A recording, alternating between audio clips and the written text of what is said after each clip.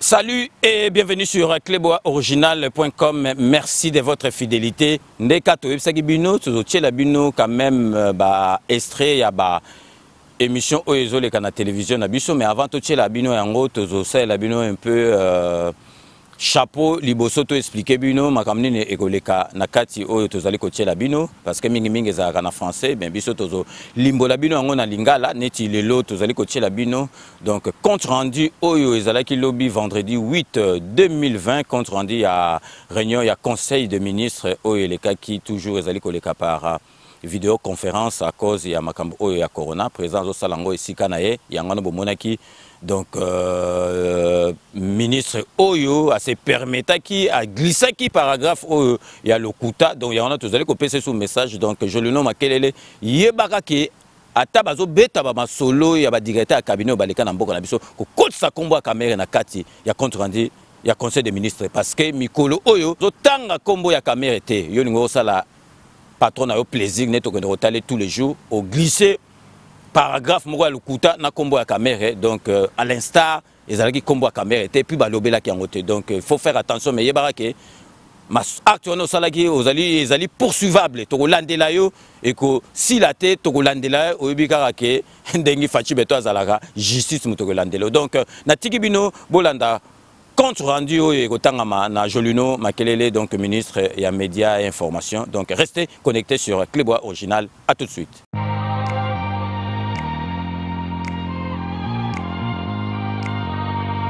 Compte rendu de la 30e réunion du Conseil des ministres.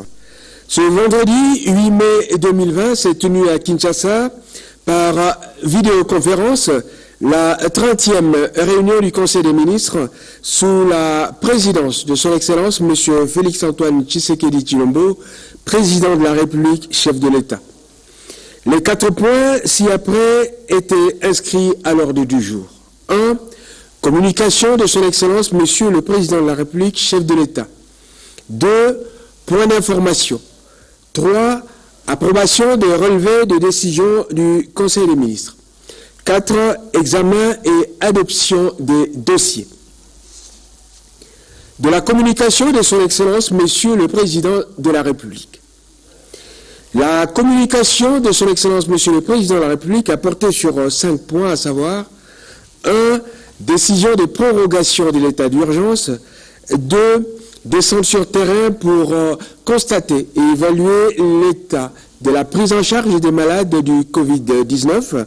3. Nécessité de stabilisation du taux d'échange de francs congolais par rapport au dollar américain. 4. Recommandations en vue de booster le secteur agricole. 5. Développement concernant l'exercice du commerce. Abordant le premier point relatif à la prorogation de l'état d'urgence, le chef de l'État a informé les membres du gouvernement que le Parlement, saisi à sa demande, a voté la prorogation pour des durées successives de 15 jours de l'état d'urgence décrété le 24 mars 2020, puis prorogé jusqu'au 8 mai, par l'ordonnance numéro 020/028 du 24 avril 2020. La loi concernée a été promulguée et l'ordonnance subséquente publiée. Le chef de l'État a demandé aux membres du gouvernement d'en assurer une large diffusion auprès de la population. Concernant ces descentes sur terrain, le président de la République les a justifiées par la réception de plusieurs plaintes des compatriotes atteints de coronavirus sur les conditions de leur prise en charge. C'est ainsi qu'il a visité 3 hôpitaux publics, à savoir la clinique Ngalima, l'hôpital du Cinquantenaire et l'hôpital de l'amitié sino-congolaise, et 2 établissements médicaux privés, en l'occurrence le CMK et le HJ. Le chef de l'État a également visité l'INRB qui, a-t-il dit, est une fierté nationale, un joyau de la République, un institut unique en Afrique pour lequel il a demandé au gouvernement de le préserver et de lui consacrer tous les moyens nécessaires. Après avoir écouté aussi bien les responsables des hôpitaux publics visités que leurs pensionnaires dans leurs réclamations, le chef de l'État a fait le constat et les recommandations qui suivent.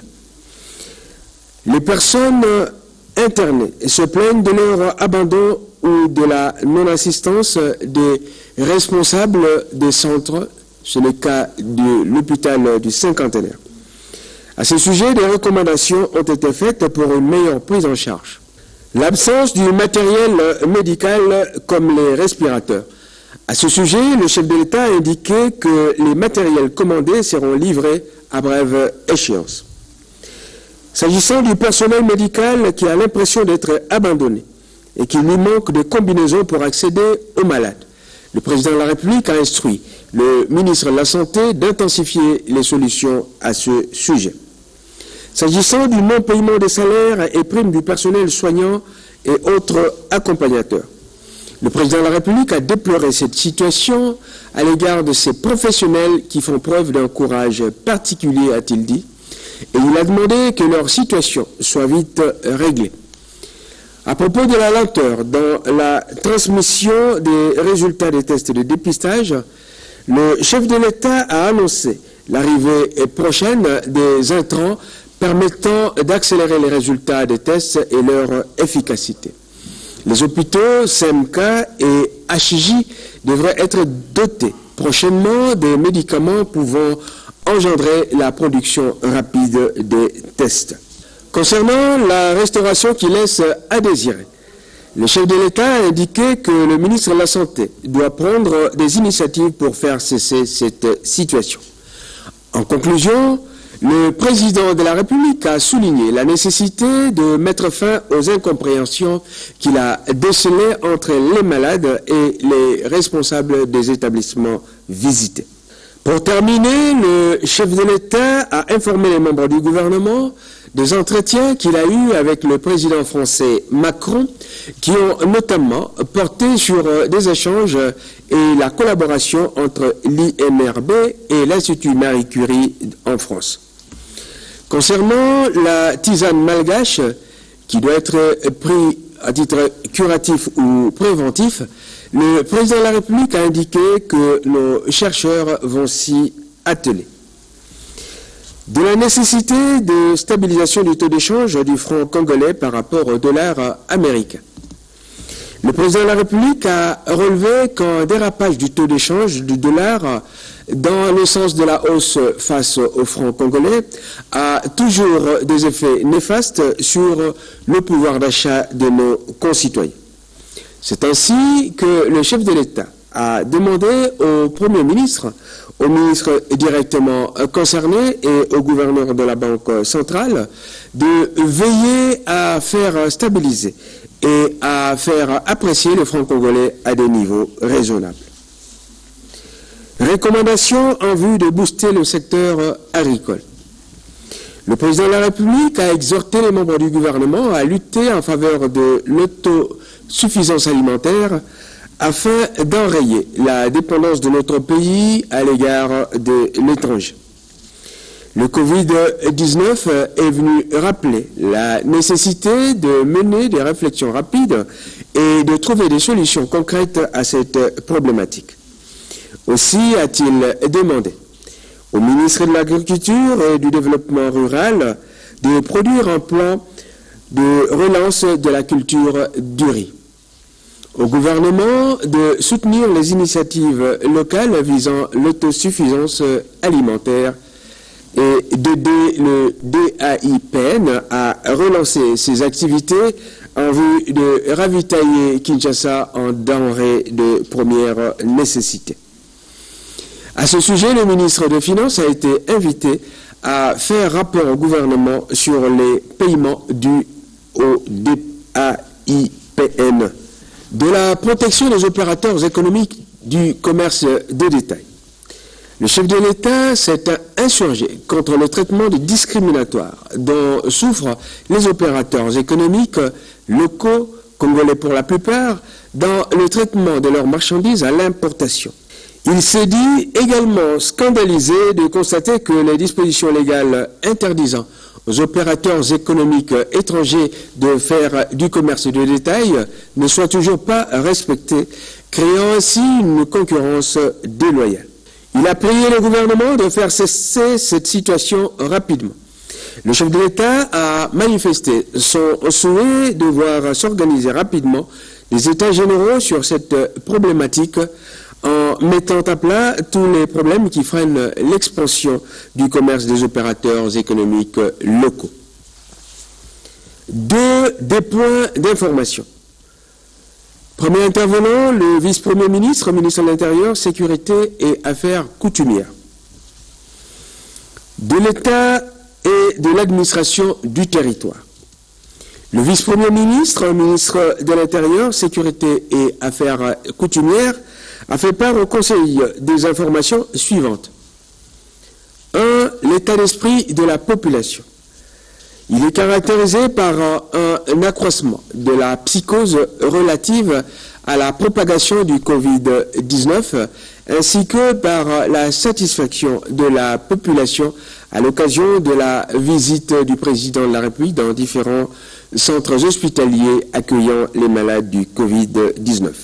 Situation sécuritaire. Un calme relatif règne sur toute l'étendue de la République, à l'exception de quelques endroits à l'est où nos forces armées poursuivent la traque de groupes armés. On peut signaler à ces sujets des succès au détriment des forces de Codeco. Des cas de grand banditisme ont été signalés à Lubumbashi, Kolwezi, Beni et Kinshasa. Dans ces agglomérations, la police a procédé à des arrestations des bandits à main armée à la suite des bouclages. Situation aux frontières. On note la poursuite des expulsions de nos compatriotes de l'Angola.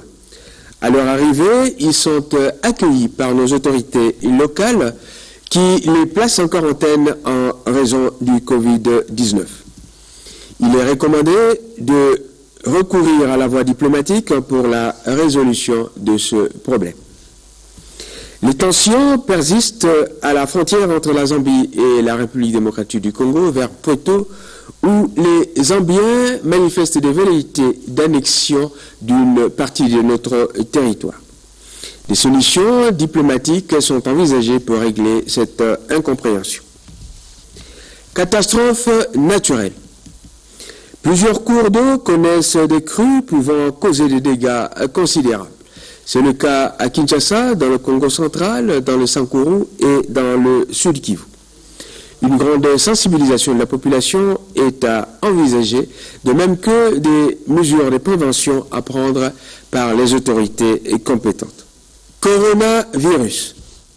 Dans les Sankuru, on a noté le refus de travailler de la part du personnel soignant affecté à la prise en charge des malades à la suite du non-paiement de leurs salaires et primes, ainsi que du manque des équipements de travail appropriés. Les autorités compétentes sont priées de prendre des mesures appropriées en examinant les préoccupations du personnel concerné. 2. Ministre de la Défense nationale et anciens combattants. Situation sécuritaire. En l'absence du ministre de la Défense nationale, le ministre délégué en charge des anciens combattants a fait part au Conseil des ministres des informations suivantes. Situation sécuritaire en général. Un calme relatif règne sur l'ensemble du territoire, hormis quelques poches d'insécurité à l'est de la République, notamment à Beni et à Lituri. Un réseau de trafic d'armes de guerre a été démantelé dans le nord Ubangi par nos services de renseignement militaires. L'appui de l'armée à la police nationale pour combattre l'insécurité grandissante constatée à Lubumbashi, Kasumbalesa et Kolwezi. Des malfrats ont du reste été arrêtés. Renforcement du dispositif militaire en territoire de Moba et Poto au regard des informations sur le déploiement des moyens militaires de la Zambie à notre frontière. Des collabos des ADF-MTM ont été arrêtés en Ituri. La police lacustre ougandaise a arraisonné 5 hors-bord et 12 pêcheurs congolais le 6 mai dernier. Ceux-ci ont été acheminés en Ouganda. Les autorités congolaises sont à pied d'œuvre pour obtenir leur libération. Les attentes des FARDC.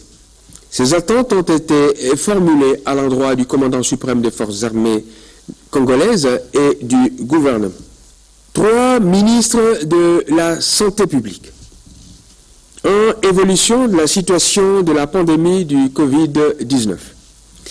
Le ministre de la Santé a exposé sur la situation épidémiologique, les points saillants, les recommandations du gouvernement et les difficultés rencontrées dans la lutte contre le coronavirus. De la situation épidémiologique. Au 6 mai, on comptait 897 cas confirmés de contamination, 36 cas de décès et 119 personnes guéries. Les provinces touchées sont Kinshasa, Congo central, Haut-Katanga, Nord Kivu, Sud Kivu, Ituri et Kwilu. Les points saillants. Prestation du ministre de la Santé au Parlement. Le ministre y a présenté 2 projets, à savoir le projet régional d'amélioration des systèmes de surveillance des maladies, le projet d'appui à la riposte contre le Covid-19 en RDC par la Banque mondiale. Situation du Covid-19 à la prison de Ndolo. 145 personnes ont été testées positives au Covid-19. Le dépistage se poursuit. Des mesures d'isolement sont envisagées. Les tentes sont difficiles à placer dans la cour. Elles sont également insuffisantes à ce jour. Hôpital sino-congolais de Djili et hôpital de Kinkole. Les travaux de réhabilitation se poursuivent. Exécution des recommandations du gouvernement par le ministre de la Santé. Point concernant l'amélioration de la capacité de diagnostic. La possibilité de recourir à d'autres centres hospitaliers privés est envisagée. S'agissant de la visite du chef de l'État dans les installations de prise en charge des malades Covid-19, il y a lieu de noter que cette visite a eu lieu. Concernant l'état des voyageurs rapatriés, on notera 17 voyageurs déclarés positifs sur 327 passagers. 100 voyageurs sont sortis des lieux de leur hébergement. En ce qui concerne la proposition d'arrivée des médecins gabonais en République démocratique du Congo, on notera qu'il y a 20 médecins gabonais qui sont attendus pour une formation auprès de l'INRB. En rapport avec les difficultés rencontrées, on soulignera le refus de certains voyageurs d'obtempérer aux consignes de quarantaine. À ce sujet, il est demandé au ministère des Affaires étrangères d'exiger un acte d'engagement à l'embarquement des passagers. Autre difficulté rencontrée, le non-respect des mesures de distanciation. Concernant le désengorgement des prisons pour les prisonniers en détention préventive, la réflexion doit être engagée avec le ministre de la Justice à ce sujet. Toujours en ce qui concerne les difficultés rencontrées, on notera que le port des masques exige une capacité de production importante. Le chef de l'État a laissé entendre qu'une firme locale propose l'octroi à la République démocratique du Congo de 12 tonnes de tissus, tandis que les autorités chinoises de leur côté envisagent d'alimenter la République démocratique du Congo en quantité suffisante de masques. 4 ministres des Relations avec le Parlement, complétés en cela par les ministres sectoriels. Il s'agit de la restitution des réponses du Premier ministre à la question d'actualité à l'Assemblée nationale en rapport avec la gestion du Covid-19, lui posée par l'honorable Nzekouye. Les réponses du Premier ministre ont été articulées autour de 4 points, à savoir 1. le contexte initial de cette crise sanitaire et les principales mesures d'urgence. 2. La gouvernance de la lutte contre le Covid-19. 3. Les principaux problèmes et critiques. 4. L'urgence sociale et l'incidence financière que revêt la lutte contre cette pandémie. Le Premier ministre a répondu à toutes ces préoccupations. Toutefois, au regard de la gravité de la situation, les honorables députés ont sollicité de la plénière d'autoriser un débat sur cette question d'actualité qui, sur le plan du règlement intérieur de l'Assemblée, n'appelait pas de débat. Cette autorisation fut exceptionnellement accordée. Les principales préoccupations des honorables députés ont porté sur 1. La capacité du gouvernement à contenir la pandémie et la prise en charge des malades, ainsi que les conditions de travail du personnel soignant. 2. Les éventuels mauvais dépistages des malades. 3. La situation des barrières routières. Et 4. Les moyens financiers à la disposition du secrétariat technique de la riposte au Covid-19. Le Premier ministre a répondu à toutes les préoccupations des députés et il a été complété en cela par les ministres sectoriels qui l'ont accompagné. 3. Approbation des relevés des décisions du Conseil des ministres. Il s'agit du relevé des décisions de la 29e réunion du Conseil des ministres du 4 mai 2020. Ce relevé a été adopté moyennant amendement, dont celui relatif à la situation décriée à la Régie des voies aériennes, qui devait faire l'objet d'une injonction au parquet de la part du vice-premier ministre, ministre de la Justice. À ce sujet, ce dernier a indiqué avoir autorisé déjà une équipe d'inspecteurs judiciaires d'agir. Rapport sera fait au Conseil des ministres à sa prochaine réunion. S'agissant de l'amélioration de la présentation du relevé des décisions du Conseil des ministres, le chef de l'État a chargé le Premier ministre de coordonner la réflexion à ce sujet et de faire part des propositions au Conseil des ministres. 4. Examen et adoption des dossiers. Premier dossier, c'est celui présenté par Madame le vice-premier ministre, ministre du Plan. Il s'agit de l'examen et de l'adoption du programme d'urgence multisectoriel d'atténuation des impacts du Covid-19 en République démocratique du Congo. Madame le vice-premier ministre, ministre du Plan, a proposé au gouvernement un programme multisectoriel d'urgence et d'atténuation des impacts du Covid-19 en République démocratique du Congo. D'une durée de 9 mois, ce programme est basé sur les interventions du gouvernement et de ses partenaires pendant la crise du Covid-19. L'objectif poursuivi est d'une part de renforcer et de concrétiser la série de mesures sanitaires et sécuritaires prises par le chef de l'État et d'autre part de servir de guide à la relance une fois la situation rétablie. Le programme s'adosse sur le PNSD. Les 3 axes de ce programme sont 1. La riposte au Covid-19, la surveillance et le renforcement du système de santé. 2.